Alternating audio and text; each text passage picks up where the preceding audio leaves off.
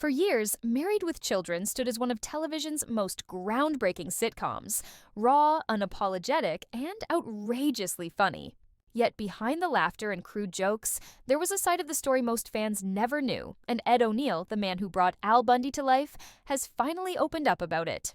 O'Neill recently revealed that playing the cynical shoe salesman wasn't just a job, it was a deeply personal experience that mirrored real struggles in his own life.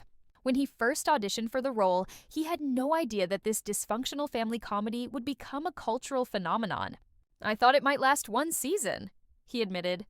But it lasted 11 years, redefining television comedy and turning O'Neill into an icon of the everyman. O'Neill confessed that Al Bundy's exhaustion and sarcasm weren't all acting. He drew heavily from his own life before fame, recalling the blue-collar grind of working odd jobs and trying to support himself while chasing his dream. "I knew what it was like to be stuck in a job you didn't love," he said. That's why Al felt real to people. He was frustrated, but he never quit. What made the show special, O'Neill explained, was its fearless honesty.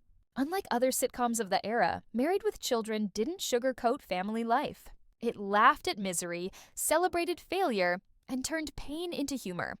"We weren't perfect, and we didn't try to be," O'Neill said. "That's why people loved us, because we were real. But there were also moments of tension behind the scenes."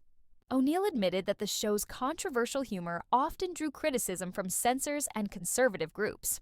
There were times when he wondered if the series had gone too far, yet he always believed that pushing boundaries was part of its magic. "We made fun of everything," he said. "No one was safe. And in a strange way, that brought people together." His respect for co-stars like Katie Sagal, Christina Applegate, and David Faustino remains deep. O'Neill credited them for bringing heart and balance to a show that could have easily been dismissed as just crude humor. "They were my family," he said.